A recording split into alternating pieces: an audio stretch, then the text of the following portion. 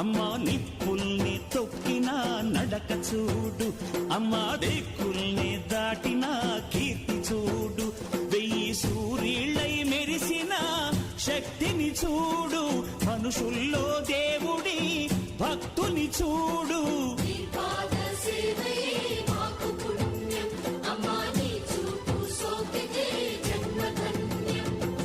అమ్మా భవాని లోకాల నేలే ఓంకార రూపమమ్మా, తల్లిని మహిమల్ని చూపవమ్మా.